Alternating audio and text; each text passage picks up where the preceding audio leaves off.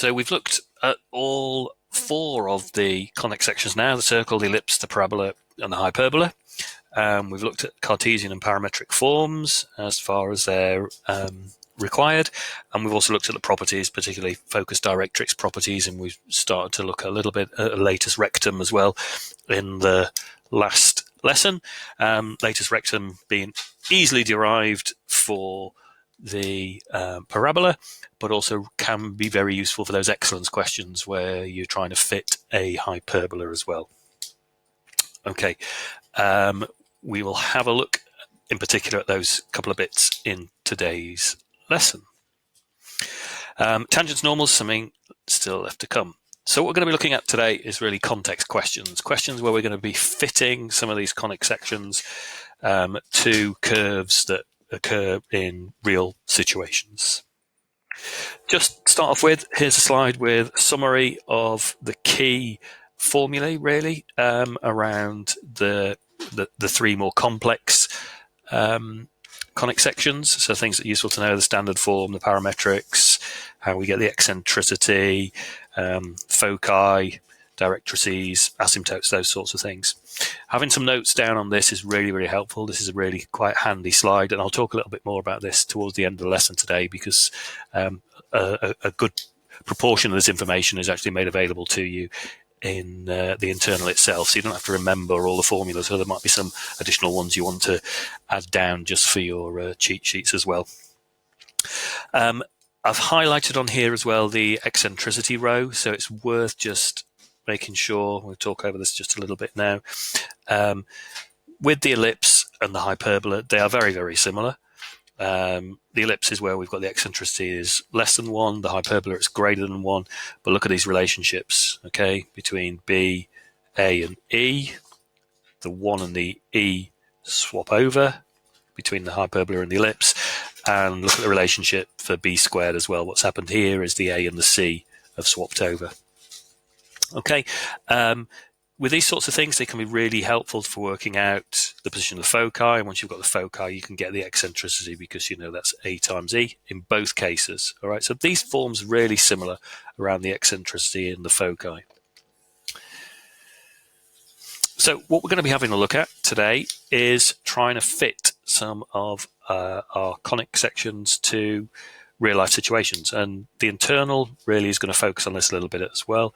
It's quite an important topic for the internal, quite an important area of focus, because what we may want to do is just see what fits best. Okay, we've got a number of different conic sections we could use, and we might want to see what gives us the best fit. So for this particular bridge, we've got spanning across a river. Span of the bridge is 22 meters, and its maximum height above the river there is 4 meters. We could have a look and see what fits. So could we model it accurately by a circle? Could we model it by an ellipse? Could we model it by a hyperbola? Could we model it by a parabola? And what might turn out to be the best model? Now, some of these models are quite easy to generate. So they're the sorts of things that are getting you around the achieved and the merit side of things. Some of these are quite difficult to fit, and we'll talk about those in a moment. So this is the tricky one, really, the hyperbola. If I'm trying to fit my hyperbola to this bridge, it is a little tricky. And I've got 3 points really highlighted on here to start with. So I'm putting my coordinate axes in this position. All right, so we might want to define where we're going to put things. And I can think I've got this curve going through here, and I want it to be a hyperbola. It's obviously going to extend on beyond that, and because of the way this is round, it would go up here a little bit as well. And I'm going to have my center up here somewhere. Don't know quite where that is, but I'm going to have my center up there somewhere, and then this bit reflected back over. But this is tricky, and I'm going to show you the way that kind of we have to face doing this if we wanted to do it just as things stand with us. Okay, just based on what we know at the moment. Don't worry too much if this seems quite heavy going. You can always have a look back on this if you want to at some point, but this is really, really high level. This is really high-end excellence looking at this bit. Once we've had a look at this, you'll see the other bits are a lot easier. So what can we see and what can we say here? Okay, so our hyperbola is going to look something like that when we fit him on. So we've got this bit going through at the bottom, and we've got a reflected part of it at the top. Somewhere up here is the center. So we could start by saying the highest point on our bridge is the vertex, which seems to be what we're saying here. That's going to have to be the vertex, isn't it? The highest point on our bridge, one of the vertices. We're going to get another vertex there. And this is the big assumption, that the focus is in the middle, directly below that highest point on the bridge. So we're talking about the focus being there. Okay, so maybe I'll just do a little bit of sketching on the diagram. So if I take my pen, I'm going to say my focus is here. Okay, that's my vertex. And somewhere up here, can't really say exactly where that is at the moment, is the center. All right, so I've got those points. I've got my focus, my vertex, and the center. But where exactly is that center? That is the tricky thing to do, because if I could say where that center was, then I've got the equation of the hyperbola. I can express that and just get it down. And that is going to be the tricky thing to figure out. So just coming back, and my diagram's just disappeared, so I'll just draw that back on. We had our focus here, and we've got our vertex, and we've got our center somewhere up here. Not entirely sure where that is. However, what I do know is my vertex has got to be the point 11,4. It's halfway across, 22, and it was 4 up, remember. Okay, so that distance there we know is 4. All right, so we've got the vertex is the point 11,4. The focus, I'm saying, is the point 11,0. It doesn't go up at all. So I'm making those two assumptions to start with. My center, I know, still has got x-coordinate 11. Okay, so flipping back. My center here has still got x-coordinate 11, but I don't know what that distance is. I don't know how far up it is. But what I'm going to say is I'm going to let the center be this point 11c. C has got to be greater than 4 because I know the center has got to be above that height. Okay, so what I'm saying as well is that C is the focal distance, the distance from the focus to the center. That's what C is. Okay, so what does that allow us to then say? Well, I know that for a hyperbola, b squared is c squared minus a squared. And in this case, our distance, c to v, will be b. All right, this distance here is b.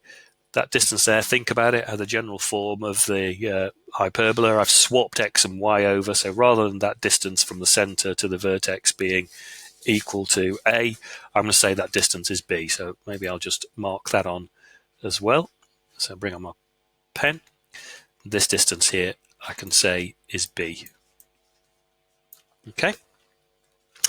So, and this distance overall here, if I dot that out, that distance is c. Okay, my focal length. Well, straight away, I've got this relationship that I can see that b has got to be c minus 4. Okay, so the distance from c to the vertex is b, but that also must be c minus 4. Just looking at my graph there, what I've got drawn on, this distance has got to be c, subtract the 4. So that's what that is. And b squared equals c squared minus a squared gives me a way of determining a. Okay, rearrange it. A squared is c squared minus b squared. So c squared is, now put in the c minus 4. So c squared minus c minus 4 squared. And if I actually did go through that and worked it out, this would give me, maybe I'll do it just here. If I do my pen, if I do c minus 4 squared, I'm going to get a c squared. I'm going to get a minus 8c, and I'm going to get a plus 16. Okay, but I had a c squared, and I'm subtracting all this away, so I end up with a plus 8c, subtract 16, or factorized. I just end up with it like that, 8c minus 2. All right, so that's what I get left with when I do c squared minus the c minus 4 squared. All right, so it's already quite a bit of going and a bit of thinking going along around this, and looking at the instruction, looking at the diagram. That's really helped. Okay, but we've got to think a little bit to this point. Now, what can we say?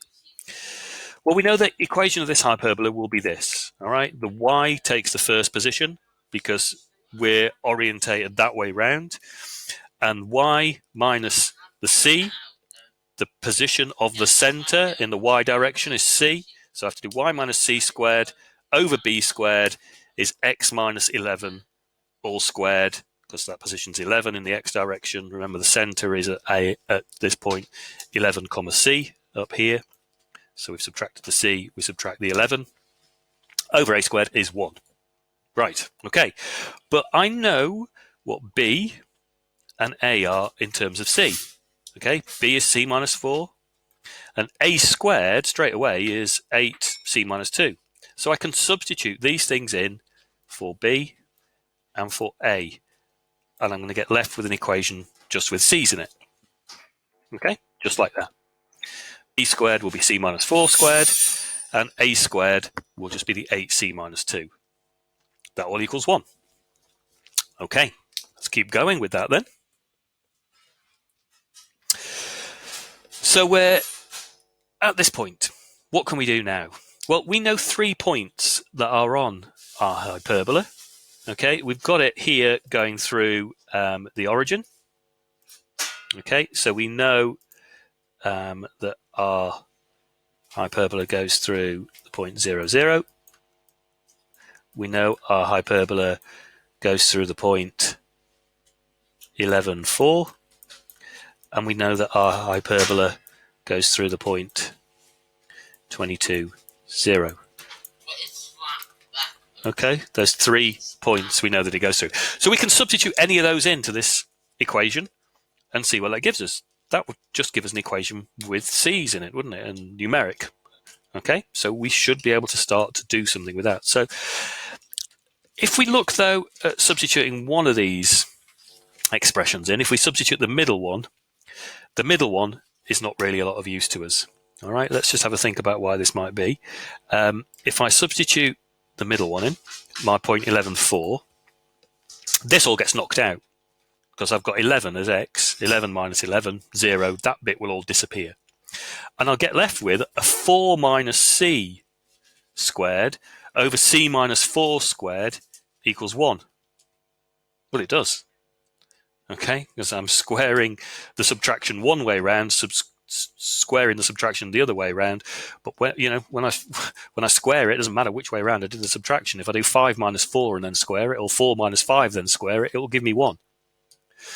So it's not telling me anything useful, that middle point. And that middle point, actually, we've used a lot to get to this bit already. So it must be the other points that are giving me something useful. So why don't I just stick those in? All right. Stick 0, 0 in because it's nice and easy. Maybe we'll go for that one and see where that takes us to. So if we stick 0, 0 in, we end up with this. Okay, we're going to get c squared, 0 minus c. So we've got minus c all squared, which is the same as c squared. And here I've got 0 minus 11, minus 11 all squared, which is the same as 11 squared. Now I'm starting to get somewhere I can work with. If we look in here, I've really got a quadratic. Yeah, I've got c squareds. I'm going to get c squareds here. I've got c's here. All I need to do is to rearrange it into a form where I can actually solve it. All right, a little bit of algebra, actually, without doing any derivation of a quadratic. We can just do some squaring. If you do a little bit of a play around with it, we can get down to this point here. All right, you can leave you to have a little bit of a play with that if you want to have a look at how you might be able to get down to that particular part, but you can get down to that. Okay, so we get 8c minus 2 is plus or minus c minus 4. You might want to have a play at that algebra at some point. You can always pause the video here and have a go if you wanted to do that. So we could say 8c minus 2 is 11c minus 4, or 8c minus 2 is minus 11c minus 4. We're going to get 2 different values for c. Only one of them will make any sense, because one of them would be positive and greater than 4, and one of them probably isn't going to be greater than 4. Remember, c's got to be greater than 4, because if I sketch back in here, and my pointer, yeah, we'd got our center up here, remember, a little bit, and that distance all the way there downwards is c. Okay, so it's got to be greater than 4. Well, if we go through and solve that, it gives 2 values for c. Only one of them is greater than 4, and the one that's greater than 4 is 28 over 3.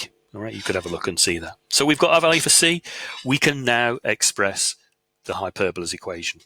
All right, because the other things, remember, if I step back a little bit, if I go all the way back here, we've got what b is in terms of c. Let's just bring that back. We've got what b is in terms of c. All right, if I bring my pointer back again, my laser pointer. So b is c minus 4. So once we've got c, we've got b. And we know that a squared is 8c minus 2. So once we've got a squared, we know that. We also know the position of the center. The center will be 11 and our 28 over 3 now. So we can offset in here. Okay, our 28 over 3 is going to go there. We've got b, we've got a, we've got a hyperbola. Hard work, though. Really hard work. And that's sort of top-end excellence to be able to do that. The others, fortunately, are an awful lot easier. And let's have a look at them on this hanging chain example. So we've got a chain hanging down under gravity, 200 centimeters across there, 45 centimeters going down. How can we model this using the other conic sections? Well, if we say it's a circle, there's a part of a circle, our circle will keep going round like that. Its center will be somewhere up here. Okay, it's got to be symmetric. So its center has got to be up here if we put our coordinate system on, saying that that is the bottom of our circle at the origin. So our center will be somewhere up here. So call it 0p. If our center is 0, p, then p is also our radius, because that's the distance from the center to that edge. Yeah, this coordinate here, y coordinate is 0. This y coordinate here is p. The radius is p. So we can say that our circle has that form. X squared plus y minus p squared equals p squared. The center, subtract off the 0, subtract off the p, is p squared, the radius squared. But we know 2 points that could be quite useful to us on here. Actually, again, the middle point is not going to give us anything because we've used that to derive this form to get the radius. But if we choose one of the other points, say if we choose x is 100 and y is 45, we can stick that in. And that will give us down this expression, which again is going to be a quadratic in p, and we can solve it. We only need p to be positive, remember, so we can get a quadratic in p and we can solve it. So you could expand all of that out, have a look, see what you get. Actually, the quadratic bit disappears, doesn't it? If you think about it, expanding out this bracket, you're going to get a p squared here, but there's a p squared on the other side. They're going to cancel in the end.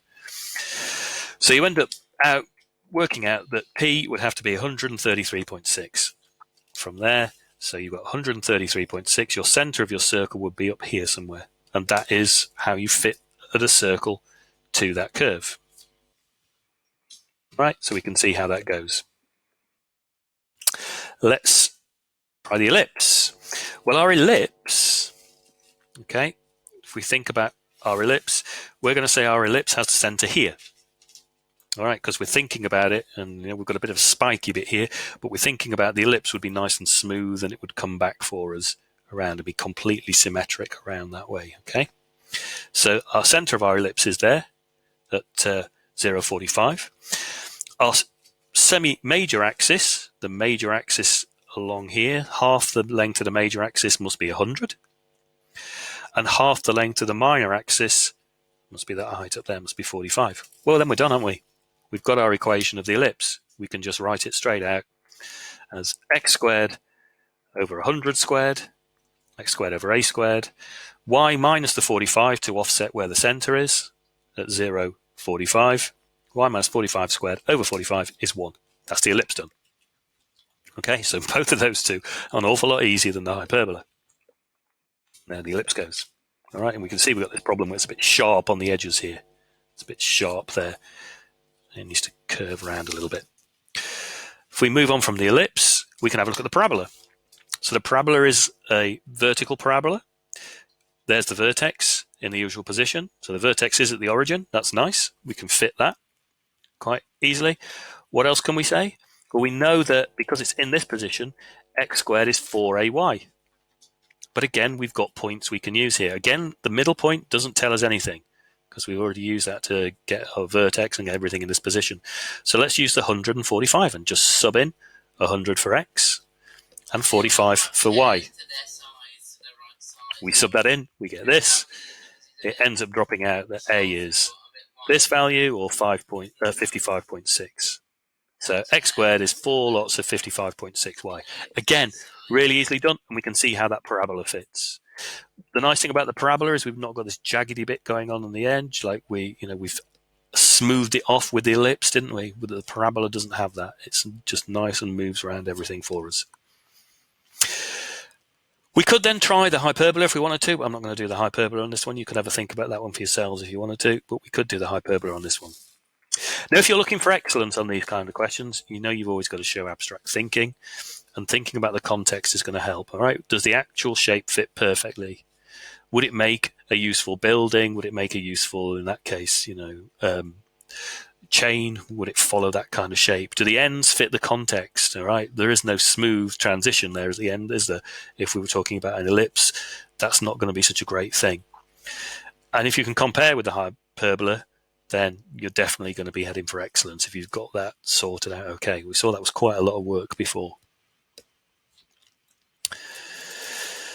So sorts of things you be saying if you're thinking about excellence, that the circle didn't fit the context very well. You can say that although the parabola appears to be a good model for the hanging chain, if you knew anything about this and done some research on it, a catenary is actually much better. A catenary is what this hanging chain would be, and it follows a relationship involving the hyperbolic cosine, which is beyond the scope of what we're studying, but that is showing knowledge beyond beyond just the simple problem about how things fit together. And so you can say, well, a parabola might be inappropriate for rough approximations. It would be better to use a more advanced model, which is what this is going to be, this hyperbolic cosine. And you could have a look at a catenary if you wanted to, do a little bit of research on that. I'm going to come back, though, to the hyperbola, okay? This harder way of looking at things. And there is a slightly easier way of working with a hyperbola, getting a hyperbola to fit than what we did look at right at the outset. And it brings in the latus rectum again. I've put up on here, can you prove that the latus rectum of a hyperbola has this length? All right, if we've got a hyperbola in the usual position, so it's got this way round, yeah, where we've got our line of symmetry up there going through the y-axis, and we're looking at that way round. So you've got the x squared over a squared minus y squared over b squared is 1. Can you prove that the latus rectum then has this length? All right, if you can, and you could do that in the internal as well, then you're onto something. All right, so you might want to have a think about that. Remember, the latus rectum is that the length of the latus rectum is the length of that chord, that line segment that goes through the focus and vertically upwards through the axis of symmetry, and then hits the curve in 2 points. The 2 end points there give you the position of the end of the latus rectum, and then you can figure out what that length is. Could you prove that that latus rectum has length 2b squared over a for that standard hyperbola? Because if you can, we can then bring in some of the stuff that we've done before. All right, and it becomes much easier. So before we had all of this stuff. All right, b is c minus 4, and a squared was 8c minus 2. You can have a look back if you see where that came from. And we'd use the diagram to figure all that out, and we'd also use this relationship that a squared was c squared minus b squared. Now, if we know the latus rectum has got length 2b squared over a, we've just got to be a little bit careful here because we flipped our hyperbola around into the vertical position rather than the horizontal position. So the a and the b are going to swap here. We're going to have 2a squared over b for our latus rectum length. And this one, the 2a squared over b, well, we can say what that is from the expressions that we've determined there. We've got a squared is 8c minus 2, and we've got b is c minus 4. So we can use those. We could say that 16c minus 2 over c minus 4 must be 22. That is the length of our latus rectum. Remember, it's going from through the focus to both ends of the curve, and it is perpendicular to that axis. Well, if we rearrange that a little bit, okay, do some multiplying out of the brackets, bring the c minus 4 up there, we get to 3c is 28. c is 28 over 3. Just exactly as we got before, but much easier in terms of the work that we've had to do to get there. So if you're looking for excellence and using the hyperbola, you can use the hyperbola. If you derive the latus rectum length is 2b squared over a, you can then use that. We've still got this bit to think about in terms of the diagram and how we get these relationships between a, b, and c, and how we can get those out to something we can work with, but we end up with a much easier way of getting to our c value than the way that we had before. Okay, so that's the end of the lesson for today. Just on this final screen, you can just see that this is the information that you're going to get given in the internal. So it gives you some stuff about how you can work out the equation of a straight line. You've got the form of the equation of a circle, the parabola and where the focus and the directrix are, the ellipse and the hyperbola, which we've got more information on. And remember, we've got that thing that looks very similar between the two. The foci are in the same positions. We give them c and minus c. And we've got these relationships here. B squared is a squared minus c squared. B squared is c squared minus a squared. We've got our asymptotes given here. And we've got our method of working out the eccentricity because c is AE. We've got E is c over A. So all of that is given to you. All right. Anything else you want to use, anything else you want to note down is worth having noted down. And if you're going to use the length of the latus rectum of a hyperbola, you'll need to derive that really to show that you're fully aware of how to get that and use it for the excellence part. Okay, hope that was all okay today. Have a go at the questions, and we'll see you next time.